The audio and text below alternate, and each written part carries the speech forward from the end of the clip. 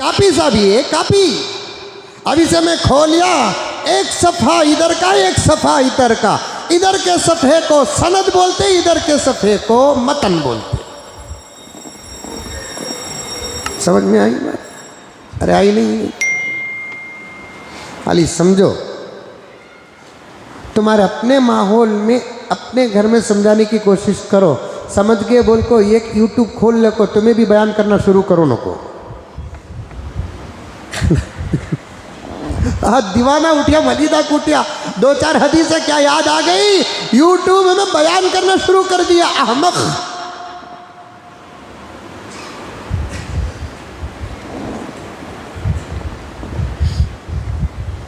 मैं नहीं कहता कि बयान की पूरी अथॉरिटी हमारी है, लेकिन इतनी बात तो ज़रूर कहूँगा, किसी उस्ताद के सामने जानुए अदब तह किए बगैर कोई आदमी बयान करता है, समझो कि वो भी कभी ना कभी गुमराह होगा और उसके बयानात से गुमराही पैदा होगी।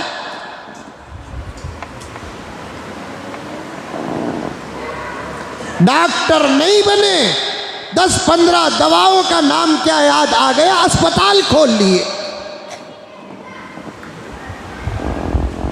10-12 खवानीन क्या मालूम हो गए, हाई कोर्ट के लॉयर बनने की कोशिश कर रहे हैं।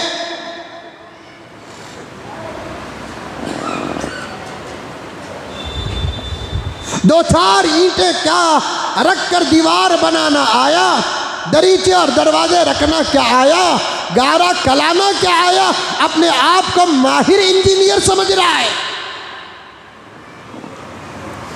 चंद दवाओं के नाम याद रखने से जैसे डॉक्टर नहीं होता, चंद खवानीन के जानने से जैसे लायर नहीं होता, 2-4 दीवार खड़ा करने से जैसे इंजीनियर नहीं होता, 10-15 आयात को याद कर लेने से मुकम्मल हाफिज कुरान भी नहीं होता, 2-4 हदीसों को जान लेने से आलिम दीन भी नहीं होता। और वो आदमी एक यूट्यूब चैनल खोलता है और 10-15 अपने आशिकीन को जमा कर लेता है, अब बयानात शुरू करता है। और ऐसे ही लोगों के लिए 1450 साल पहले मदीने मुनव्वरा के मसनद में बैठकर कायनात का इमाम हजरत मोहम्मद रसूलुल्लाह सब कह दो सल्लल्लाहु अलैहि वसल्लम ने फरमाया, मेरी उम्मत में कुछ लोग ऐसे पैदा होंगे क़यामत के करीब, वो भी गुमराह होंगे और वो अपने माहौल को भी गुमराह करेंगे।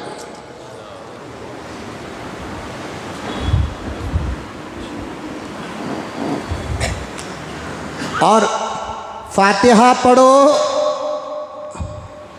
गालियां दो, बद्दुए करो, हक है तो लगेगी, ना हक है तो फिर सवाल पैदा नहीं होता। उलमाए हक के बयानात सुनो, ईमान पक्का होगा, आमाल कामिल होंगे। अजीब माहौल है, पगड़ी पहन लिया आप उसे आलिम समझ गए, झुब्बा पहन लिया आप उसे आलिम समझ गए, कुरान पाक रख लिया और हदीस की चंद किताबें रख लिया और फिक़ह की चंद किताबें रख लिया, आप उसे अल्लामतुद्दहर समझ गए। और हमारा नौजवान तबका आज का, इस ज़माने का, कॉलेजों में पढ़ने वाला, स्कूलों में पढ़ने वाला, उन लोगों को ऐसे ही लोगों के बयानात बहुत ज़्यादा पसंद आते हैं। ये खतरा है ईमान को, ये खतरा है आमाल को, ये खतरा है नबी की अकीदत को, ये खतरा है सहाबा की अकीदत को। उलमाए हक के सामने बैठो, मदारिस अरबिया में दाखिला लो, उलमाए हक के सामने बैठो, कुरान पाक को ग्रामर के साथ पढ़ो, अहादीस को ग्रामर के साथ पढ़ो, उलमाए हक के बयानात, उलमाए हक की किताबों को ग्रामर के साथ पढ़ो। और उसके बाद जब उलमा असातिज़ा आपको सनद अता करेंगे तब जाकर आप बयानात करो, तो तब जाकर फ़ायदा होगा। वरना जितना उम्मत को नुकसान दुश्मनों से उतना नहीं हुआ जितना कि अंदर के जाहिलों से नुकसान हुआ।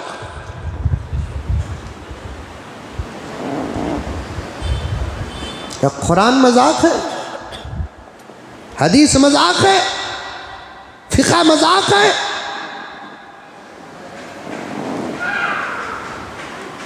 वो एक पाकिस्तान में है घुघू इंजीनियर मिर्जा कहते हैं, उसके पीछे नौजवानों पड़ेगी।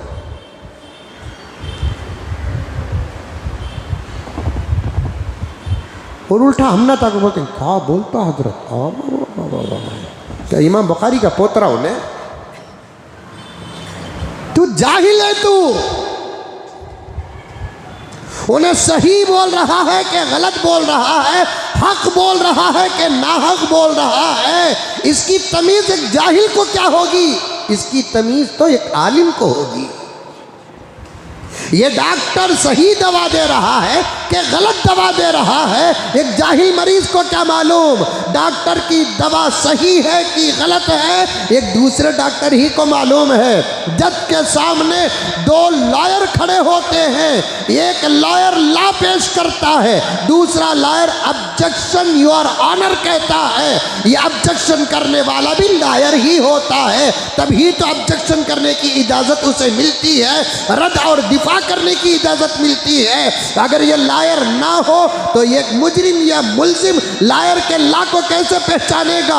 आज अगर इंजीनियर मिर्जा की बातों को जाहिल कबूल करते हैं तो जाहिलों के कबूल करने से मिर्जा इंजीनियर इस्माइल एक आलिम नहीं हो सकता।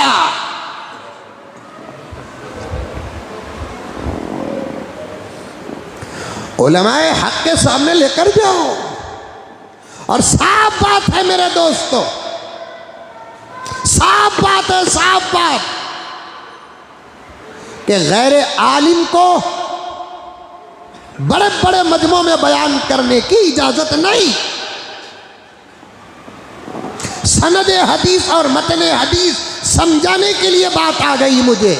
आलिम नहीं है, वो किसी आलिम के सामने बैठकर बात सुने, बयान करने का शौक है, बीवी को बिठाकर बयान करे, बच्चों को बिठाकर तरबियत करे। एक मजमे में गैर आलिम का बयान करना खतरे से खाली नहीं।